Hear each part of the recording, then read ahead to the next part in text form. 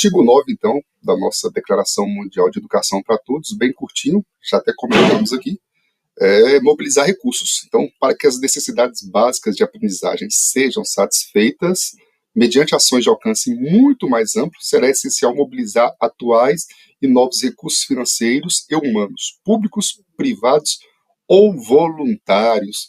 Olha que legal quando a gente fala disso aqui.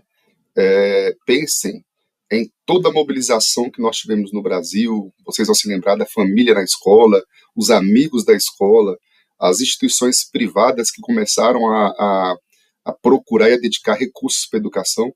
E aqui faço um parênteses, as instituições privadas com grande montante de recursos, acima de 2 milhões anual, 2 milhões de faturamento acima de 2 milhões de reais ano, ganham isenção, podem destinar até 5% do valor que seria aplicável, engasgadinho aqui, pode destinar até 5% do valor que seria aplicável para imposto de renda para fins de atividades educacionais e culturais. Então, a própria legislação se aperfeiçoa no sentido de trazer recurso privado para a educação pública. Isso tem lá seu lado positivo também, tá? Na sequência, todos os membros da sociedade têm uma contribuição a dar. Lembrando que sempre que o todo, a energia, os recursos dirigidos à educação básica constituem certamente o investimento mais importante que se pode fazer no povo e no futuro de um país. Então, é interessante a gente sempre atentar, como eu falo, trabalho e legislação, as leis refletem os interesses de uma sociedade. Então, a legislação sempre estará atenta para esse interesse. Então, nós começamos a analisar a Declaração Mundial de Educação para Todos, trazendo para esse olhar do que vivemos nas políticas públicas educacionais a partir de 1990. Essa segunda parte aqui nós comentamos, vamos fazer uma breve leitura, o segundo item do artigo 9 da Declaração. Né? Um apoio mais amplo por parte do setor público significa atrair recursos de todos os órgãos governamentais responsáveis pelo desenvolvimento humano, mediante o aumento em valores absolutos e relativos das dotações orçamentárias aos serviços da educação básica.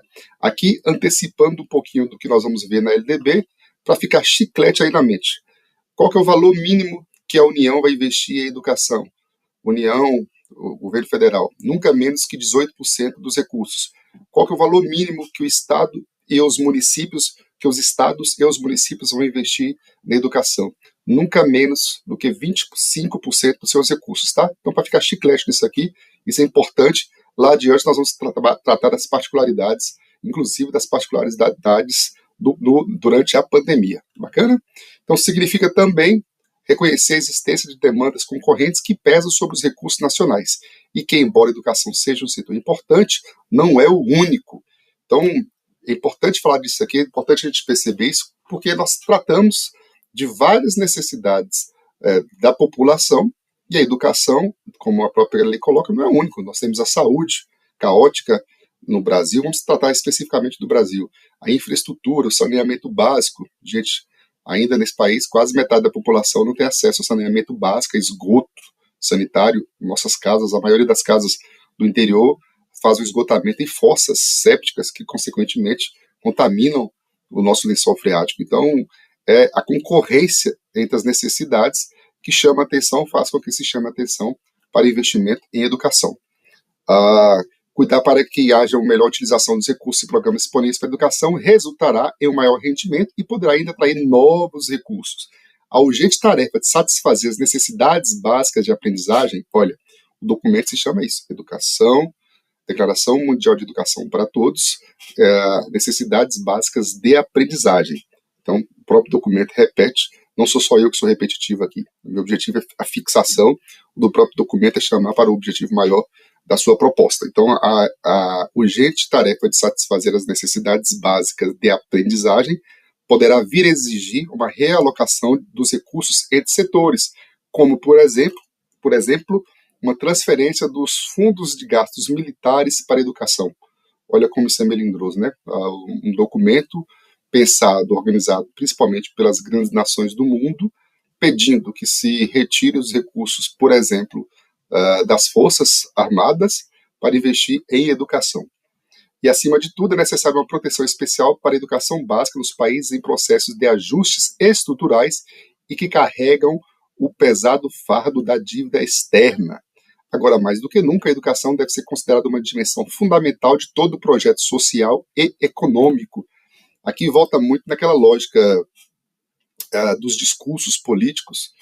Todo político profissional, todo político que é estudioso da política pública, e aqui eu me refiro a política com P maiúsculo, não política de politicagem, sempre tem a educação como um dos motes da sua campanha, do seu discurso. Por quê? Entendem a importância da educação para os organismos internacionais, entendem que a educação é um setor estratégico para o desenvolvimento das nações e entendem que grandes recursos só virão para o país se existir um projeto claro de educação, porque, por consequente, esse projeto vai atrair mais recursos, melhorar a qualidade de vida da população e, acima de tudo, aumentar consumo.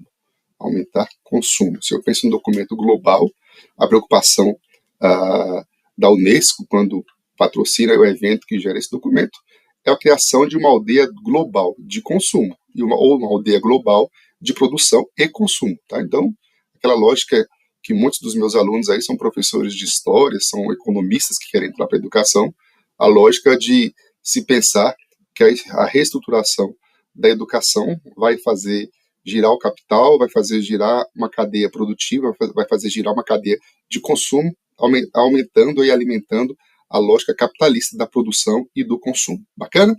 Uma aulinha curtinha para a gente passar para o artigo 10, que é o último dos artigos, como eu coloquei, da declaração, mas que depois do 10 nós vamos ter as 50 metas e objetivos para materialização da Declaração das Nações, tá bom? Até já já.